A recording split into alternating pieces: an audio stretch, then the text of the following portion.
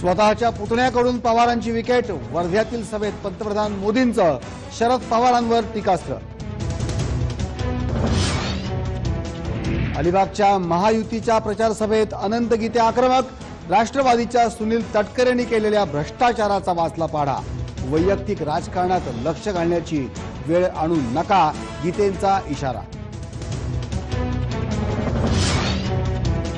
फेसबुकचा काँग्रेसला जोरदार झटका, काँग्रेसशी संबंधित 687 पेजेस आणि बनावट अकाउंट फेसबुकने केली डिलीट, काँग्रेसची डोकेदुखी वाढण्याची शक्यता।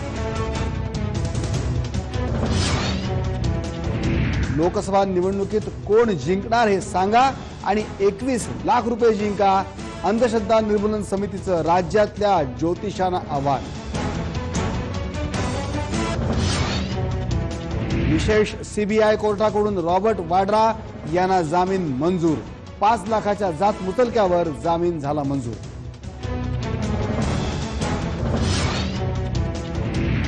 पंतप्रधान नरेंद्र मोदींवरील चित्रपटाच्या टीमला दिलासा, सिनेमावर बंदी आणण्याची मागणी करणारी याचिका दिल्ली हायकोर्टानं फेटाळली। पाकिस्तानकडून कृष्णा घाटी आणि मानकोट मधल्या भारतीय चौक्यांवर गोळीबार, 16 नागरिकांसह 6 सैन्य अधिकारी जखमी, पाकिस्तानच्या गोळीबाराला भारताचं चोख प्रत्युत्तर।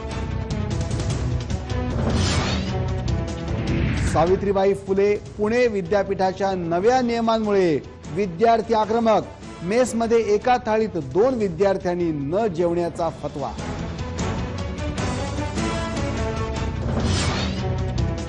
ऐन गर्दीच्या वेळी मुंबईत हार्बर रेल्वे विस्कळीत, खांदेश्वर स्थानकाजवळ ओव्हरहेड वायर तुटली, ओव्हरहेड वायरच्या दुरुस्तीचं काम सुरू।